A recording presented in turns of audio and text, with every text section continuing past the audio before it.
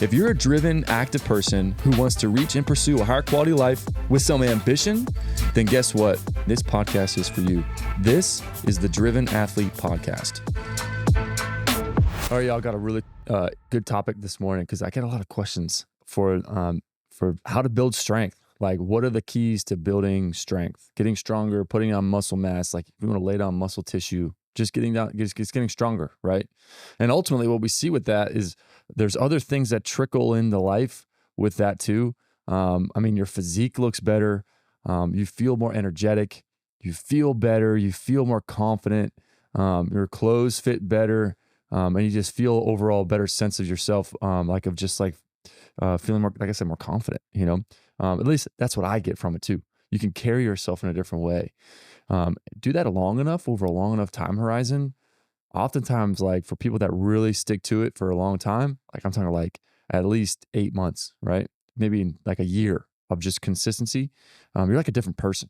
People don't even recognize you anymore, right? You carry yourself different. You're interested in different things. You're not doing the same things that you used to do. That he's not really interested in the things that used to be interesting to you. And it's just a lot of areas in your life. It's just interesting how the momentum can carry into different areas. But anyway, so what are the 5 keys? What are the 5 keys, in my opinion, from what I've seen, my own anecdotal training, the successes I've seen personally in my life when I've gotten improvements in my strength, and then the patients that we work with, that when they actually get their pain better and then they start strengthening and getting more into like fitness, what are the keys to success for them, right, that we found? So here are the 5 keys. All right. The first one, in my opinion, that you will get results no matter what, even if you just do this by itself, is nutrition. Like I can't overstate this. Like what you consume and put in your body consistently for your nutrition is the most influential thing for somebody's health, trajectory, wellness, all that stuff. You have to support enough caloric intake, and specifically protein. You have to have enough protein to support the growth. All right. If you're trying to lay down new muscle tissue and get stronger, the protein intake is really going to help support that in the building blocks for getting muscle strength. You also need other aspects of nutrition. You got to lock in your nutrition. A person needs to focus on quality. Vegetables and fruit, appropriate carbohydrates, because you need carbs. You can't not eat carbs, right? And I'm not a nutritionist. It's more of a hobby of mine, but I'm in a interested hobby, right? An educated hobby, I guess. Things like quinoa. I don't hate rice, like brown and white rice. And then, everyone's different, right? But I'm just saying that those are options. And then enough appropriate fat, which would be like avocados, nuts, olive oil, and peanut butter with the oil in it sometimes can be helpful for that.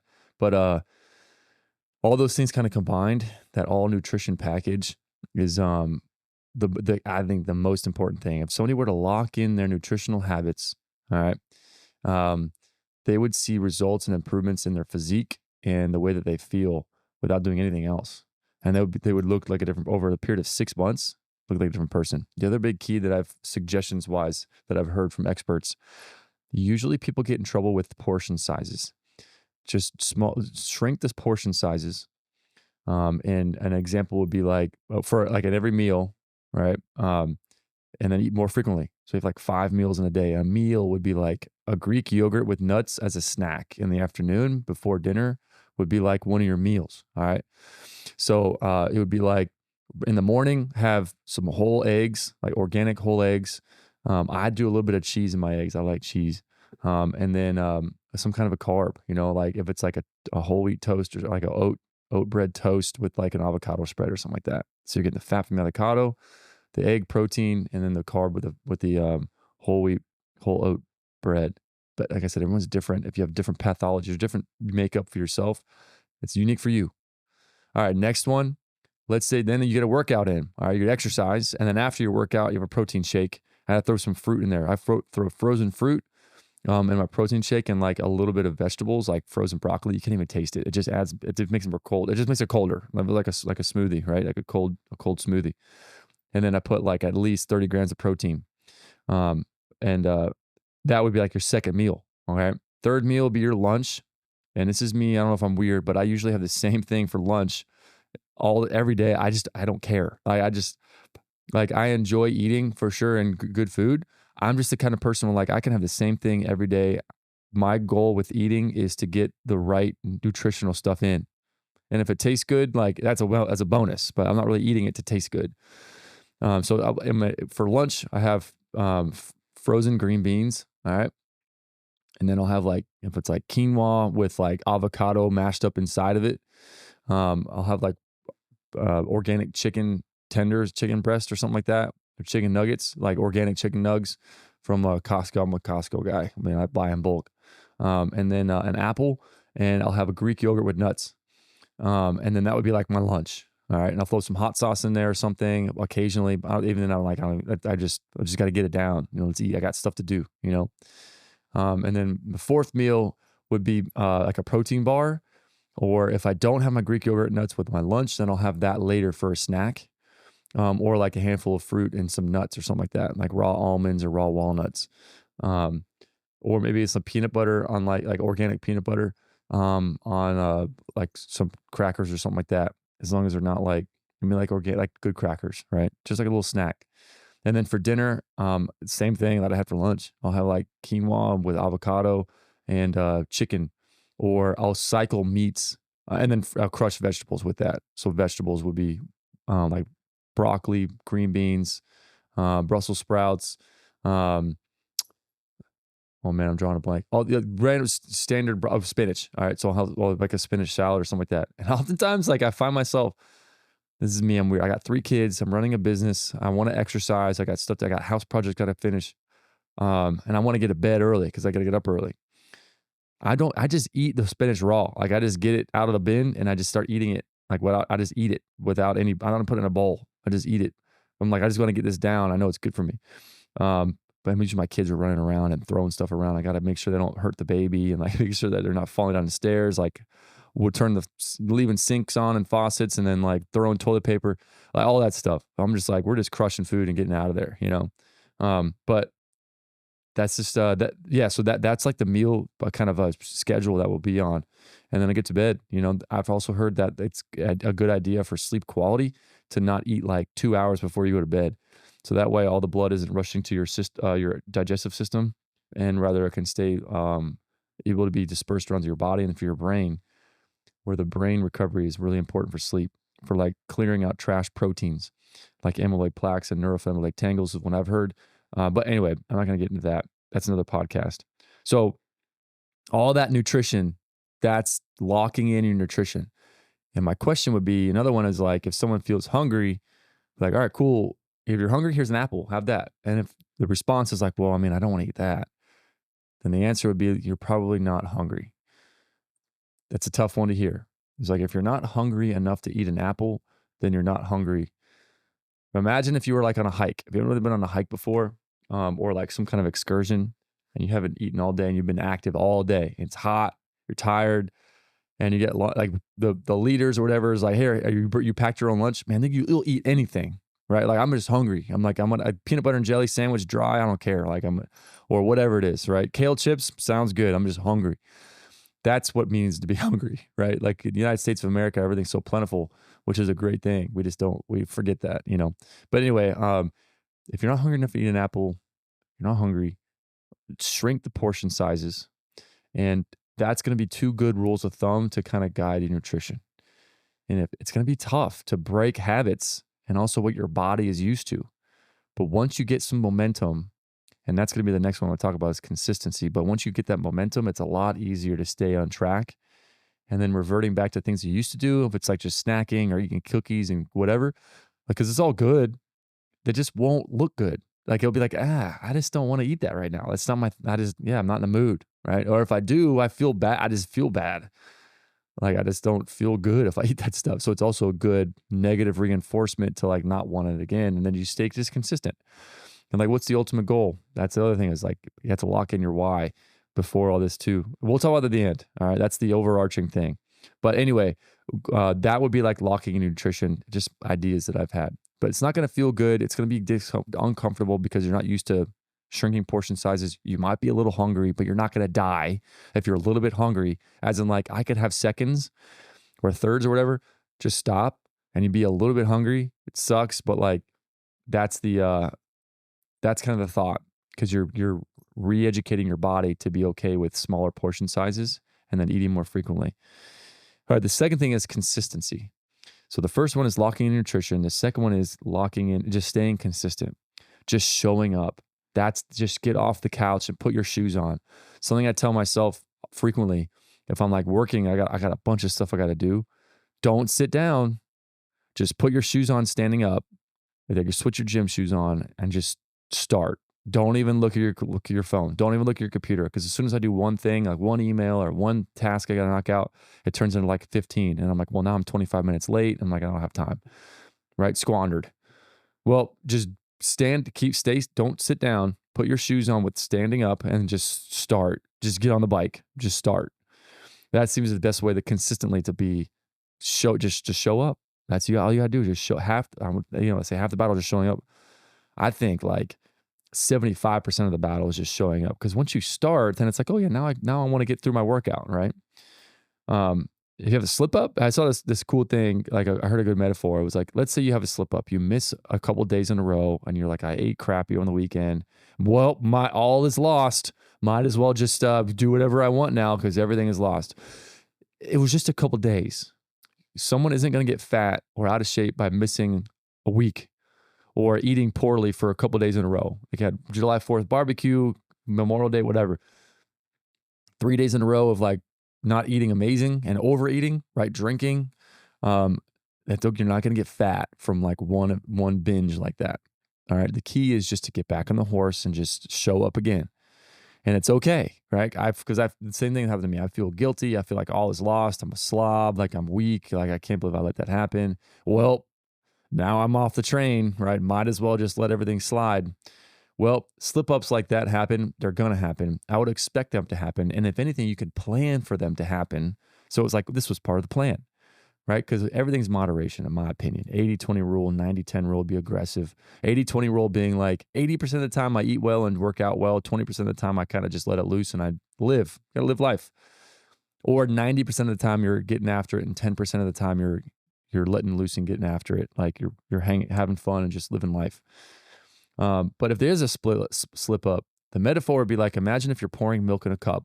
All right, you have a whole jug, and you're pouring a little bit of milk in a cup just for a little drink, and you spill a little bit. That's the slip up. Now what do you do? Do you say all is lost and you pour the whole jug out on the counter and spill all the rest of the milk out? Because you spilled a little bit, that triggered the whole rest of the jug to be spilled out. Like, why would you? That would be extremely idiotic, right? Like in the milk situation. Why not just put the jug down, put the cap on, you take a napkin or a rag and just wipe up the drips that you happen to spill a little bit and just stay the course. That would be the most advantageous and most prudent thing to do, right? So anyway, I love that. I was like, as you spilled a little milk, now what are you going to do? Just pour out the whole rest of the jug just because you spilled a little bit of milk out? Like, everybody relax. Let's put your shoes on, standing up, don't sit down, close the milk jug, wipe up the drips, and just show up for another workout. That would be like part of the consistency. And then over time, you get momentum. And something else that helps with momentum, if you are busy, because that happens. This is what I tell myself. Hey, Kyle, if you're busy, it happens. And you have like 30 minutes remaining of like the time that was allotted for this workout before you have to do other things, or you have a meeting or something like that. Still just work out. Work out for 20 minutes. It's okay. That's better than not working out. It's better than not doing anything. Just put your shoes on, get on the bike, and start getting going. And just you'll get a little bit of a workout in, not the whole day's planned workout, but you'll get a little bit in, and that's better than not doing anything. That also helps to build momentum, because the next day, when you have another day of workouts, you look back and you say, yesterday, yeah, I got a workout in. I did 20 minutes. Versus like, I didn't even work out yesterday. Might as well spill the whole rest of the milk jug, right? It's tough, but the great thing is it builds momentum. A 20-minute workout is better than nothing. The next day, when you look back, like, I did work out yesterday. Yeah, let's keep this train rolling, right? That momentum builds. It also encourages a person, at least in my opinion, for me, anecdotally, and the people I've worked with, to stay locked in the nutrition. I was like, yeah, I've been working out, and I want to support what I've been working out with my body, what I consume. Because I did work out on Tuesday. I had a 20-minute workout. I worked out my full workout on Wednesday. I want to make sure I'm supporting that fitness journey with a good nutrition. It helps to just reinforce better nutritional habits too and maintain the consistency for not workouts, but also nutrition and also momentum. Momentum, I think, is super important and it can be very helpful. So ride that momentum. And if you can, the more wins you can stack, wins being like, I ate good, I didn't deviate from the plan. Um, I've been eating, my portion sizes have shrunk from what or like a year ago, whatever I used to eat. And I'm not getting as hungry. Like I'm okay feeling like this. Perfect. That's how and you're crushing enough protein, enough caloric intake to support your growth for sure. That's when people will start dropping body fat percentage, which like they get leaned out, right? You get more, the definition of muscular definition of physique will be more evident after several weeks. I'm talking about like at least 12 weeks of time. That's where you're going to start, maybe even 8 weeks. You're going to start noticing changes, right? So ride the momentum. Imagine if you did that for a whole year, what that would look like. That's consistency. That's going to be, you're going to like be a different person that people wouldn't even recognize. And that's when the haters show up, which is awesome. People you wouldn't realize. The reason is because they feel bummed about themselves that they're not doing the same thing, which be like, yo, bro, join me, or hey, let's do this together. Strength in numbers, right? But anyway, that's the momentum can really helpful too and ride that train. All right, the third thing is progressive overload. Is just making things more challenging as you're riding your momentum train to getting better and better, like to getting stronger. So as you ride the momentum train, if you're doing, this is easy. Let's say someone has bench press included in their whole workout program. Let's say someone's doing like week after week, a couple weeks later, you have to increase the weight. You got to make it the resistance higher. You got to make the weight more challenging. This is appropriate levels, right? The other thing that really helps with this is phases, like doing phasing, workouts and phases. Phase one of my whole year's worth of journey, you can do in 6 months. Let's say if you have a 6-month fitness program that you want to do. Phase 1, phase 2, phase 3, phase 4, phase 5. All right. And in between then have deload weeks. All right. So like a 4-week phases, right? Over 6 weeks. And then a deload week in between those. That would end up being a multiple month journey of a fitness program. And each phase changes the sets, the reps, and the exercise choices, exercise selection. And it shuffles things up a little bit, but it helps your body not to get used to things. And that's where you're going to consistently make the progressive overload changes you're looking for. So phase 1 would be like if it's an endurance phase of like 15 reps of all the exercises you're doing, the weight is going to be less. And then phase 2 might be a strength phase where it's like 8 reps. So it's like almost half the reps. The weight is going to be heavier. So it's going to be a heavier weight for less repetitions, right? And then phase 3, maybe even less for like peak strength. It'll be like 3 to 5 reps. That's peak power. Our power would be like 5 to 6, depending which one, like peak phase or power phase. And then the weight's going to be even more than that. And the rest time between sets is going to be more. This is for strength training, right? And then a 4th phase, maybe revert back to like a endurance or strength again, maybe 12 reps.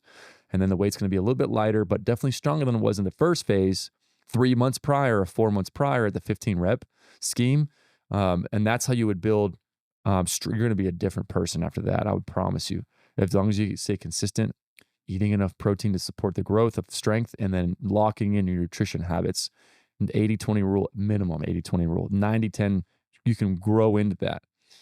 And what I mean by that 90-10 rule would be like during the week, you're locked in your nutrition. You eat the same thing consistently, same types of things consistently, and not overeating, shrinking portion sizes, having enough nutrition, working out 3 to 4 days a week. The 90-10 would be like on the weekends is when you have like maybe Saturday night dinner, you have stuff that you want to eat that's yummy, right? Pizza, cheeseburger, fries, like whatever. And then maybe Sunday night, same thing, or a Sunday brunch. But Sunday breakfast and Sunday dinner would be locked in. And then Saturday breakfast and lunch would be locked in. So the only like meals that you we're just let it fly, like your cheat meals, I guess would be called, would be Saturday night and then Sunday lunch, right? Brunch or something like that. That would be like the 2 meals over the period of, 7 times 3, over 7 times 5, right? 35 meals. I mean, that's a really locked in schedule. 2 of the 30 meals that you have during the week, you cheated on, that's really good. That's a great schedule, right? 20% would be like, I don't know if that's 10%, but I'm just saying like that's kind of like a schedule would be cool. It'd be like 2 extra meals. Like a Friday night, you also let it loose a little bit, went some friends and had some beer or drinks or whatever. Add a third meal in, and then like Sunday night, same thing. You ate a little bit extra than you normally would. That's 4 meals over the 30 to 35 meals during the week that you let it go. That's a great schedule to be on. Right? If you had that, you can make it. It can be done. I promise. Having an accountability coach also really helps, as in like a trainer or a person you work with that's like, they're going to check in on you. How was the weekend? What'd you eat? You know, they're going to ask you, right? I just a little voice in your head during the moment, be like, maybe I should, let's just push it. Let's push it. Let's wait until tonight. Only one meal, right? It just helps with that consistency. So that's progressive overload for strength, right? Oh, one more thing I forgot to mention, nutrition. I mentioned like I cycle through meats. So like if I eat the same thing, like chicken breast, I love chicken thighs. Oh yeah, I love chicken thighs. Grilled chicken thighs is like one of my favorite things. Pork, fish, ground turkey, and then of course ground beef. So and then chicken. Those 5 options of meat will cycle through. Like this whole week we're gonna eat chicken. This whole week we're gonna have pork. This whole week we're gonna have fish. That's an easy way to stay consistent with like just nutritional habits. All right. So first thing we got locking in nutrition. Second key, consistency. Third key, progressive overload, making things heavier and stronger. Fourth thing is recovery. There has to be deload weeks.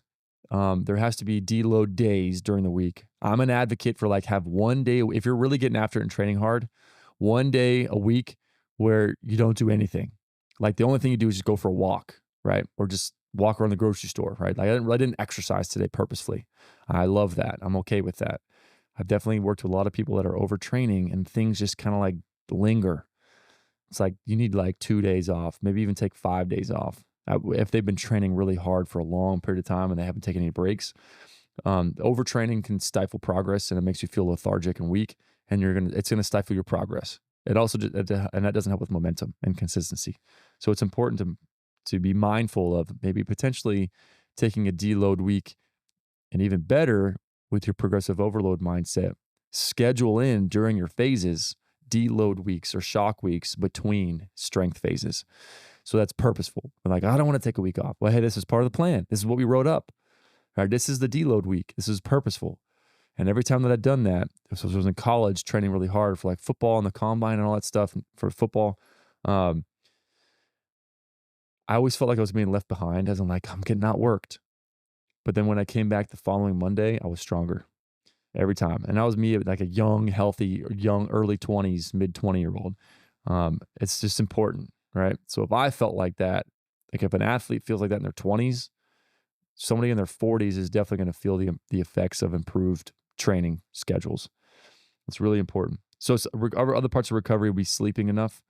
Man, like some of the experts that I've heard on research and stuff of human potential, just functioning and efficiency is the first thing they always say is just lock in your sleep. Where not getting enough consistent quality sleep, things compound. And one of those things is there's a lot of recovery things that happen during sleep. And one of the things I hear a lot is brain recovery. So, like a lot of trash proteins and other um, waste products that we got to get rid of gets flushed out when we reach REM or deep sleep. And if we don't achieve that level of sleep, then all the waste and trash products aren't going to be flushed out as effectively as they can. So they found that increases the likelihood and risk of Alzheimer's down the road.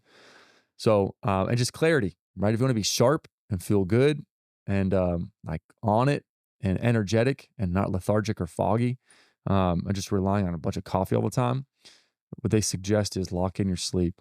I know for me personally, and the off chance that I mean, I haven't had unbroken sleep in a long time. My wife even more. She's been a champ with that. It's unbelievable with our kids, right? Because it happens. Kids come in, they have a bad dream, they got to go to the bathroom. Baby wakes up all the time. Got a nurse, stuff like that. But on like if it was like, man, last night was a good night's sleep. I feel so much better. I feel more a lot like energetic, sharp, focused. Um, ready to tackle the day. So imagine getting that consistently. Like there's minimal excuse. This sounds bad. Before I had kids, I didn't appreciate time efficiency and consistency with locking in goals for business and life. So if somebody doesn't have kids, oh my gosh, man, there's like minimal excuse to like not be able to lock unless I'm missing something. And other things happen in life. I totally understand, like big things, but there's a lot like more likelihood of opportunity to be able to lock in your sleep if you don't have kids. And then same with time commitment. Um, it's funny, like talking to people that don't have kids and they have jobs and like, I don't have any time. I'm like, oh my gosh, you don't even know what that means. But this is my experience. Once things start taken away, that's when you appreciate them. So when someone's health is taken away, and then they really appreciate their health. I've heard that from a bunch of people. So I'm like, I'm going to stay consistent to maintain my physical health, and mental health is a huge part of that too. But anyway, back to the recovery thing. Locking in the sleep is like one of the most crucial things day to day. It just adds up and accumulates. And then deload weeks and deload days during the week and during phases. The last thing that are the 5 keys, if you want to build strength, all right, we talked about nutrition. 2 is consistency. 3 is progressive overload. 4 is recovery. 5 is just staying healthy, like not getting hurt. That's the 5th most important key. That's going to, a great way to stifle progress is by hurting your shoulder or hurting your back or hurting your knee, right? I mean, orthopedic injuries, like staying healthy is what I mean. That's from working out. We can minimize greatly the likelihood of risk of injury by training appropriately. Quality over quantity, fixing up movement mechanics, not loading up too quickly, too fast, like doing up too much too fast. And the good thing is like momentum and enthusiasm and motivation comes and goes. But we don't want that to turn into a hard, quick flash of intensity that's too much too fast and it leads to overload that people get hurt, right? Like tendonitis in their knee, or their back hurts, right? Or their shoulder or neck pain, something like that. So what really helps to lower the risk of that? Warm up. I call it movement prep. You got to prepare your body to move in an athletic, strenuous way, right? We're going to do some strenuous and stressful physical things. And athletic stuff. You got to prepare your body to tolerate that at a best level possible. Okay. And the warm up is the way to do that. And that would be like, do a 3 to 5 minutes of just low load cyclical movements to get the blood flowing through your muscles and your joints. And that would be like the bike or an elliptical. And I'm a fan of the assault bike because your arms get involved too. We're just cruising, just cruise and warm up for 3 minutes to 5 minutes. Then after that, do a routine of some stretching. If it's dynamic stretches mixed in with some static stretches, I don't hate static stretching.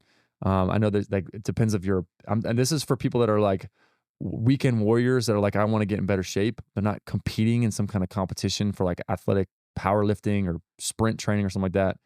I'm okay with static stretching. Hold it for like 20 seconds. Like it's okay. Whatever makes you feel like you need to get warmed up, as in like I feel loose and warm.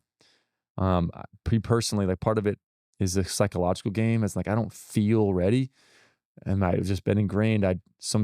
Things I just hold 20-second stretches for some stuff, and I just feel better that way. All right, some things I hold for 5 seconds, and then dynamic stretching would be just like moving through an elongated tissue position multiple times.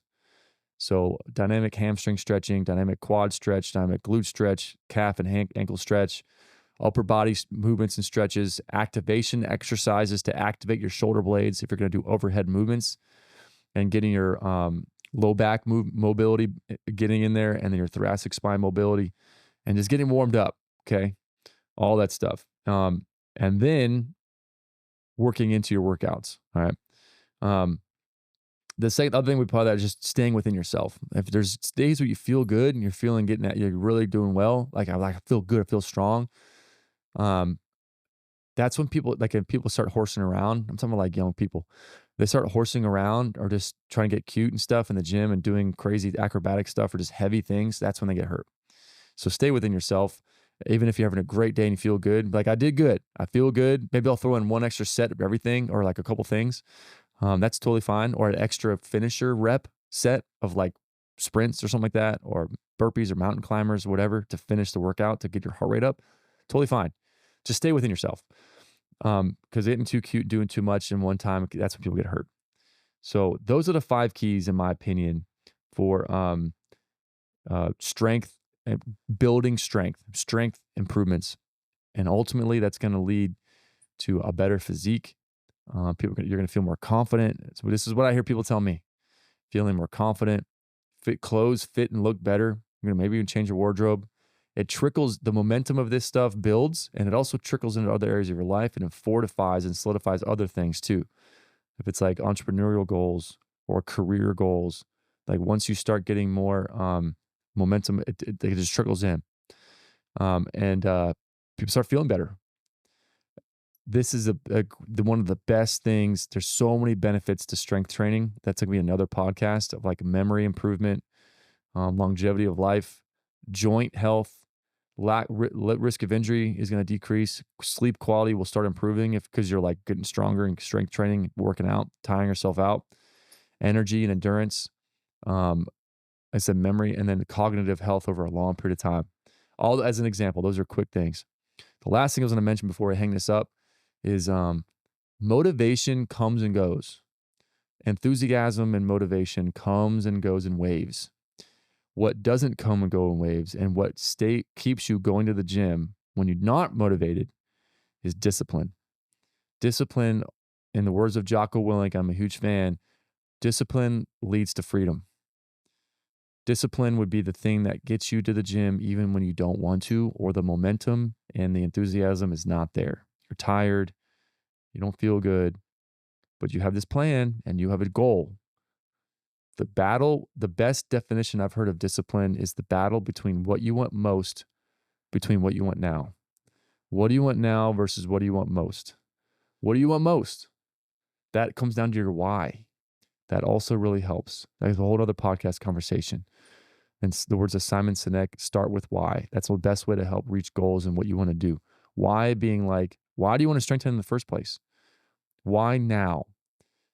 If this has been something you've been wanting to do or been thinking about, mulling around in your head for years, 5 years, 10 years, whatever, but now it's like you're starting.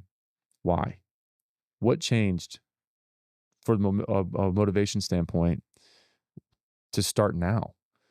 And then the second thing would be like, write it down. Write down your why, because if you read that every other week, I know it helps me. It makes me more motivated, and we'll go over that stuff, I think, in another podcast. But it's really helpful to lock in your discipline.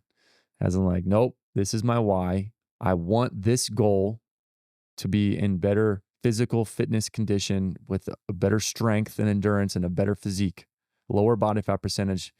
Why? Because of X, Y, and Z. And I want that more than I want to rest right now. And that's what's going to lead you to be able to work out consistently enough. That has been really helpful for me too. I think the key is just writing it down.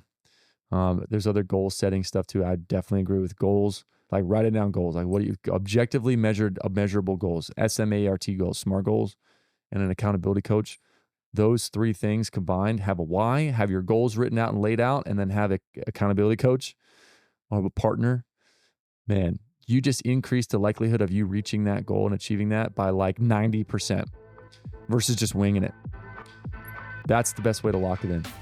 But anyway, those are the 5 keys.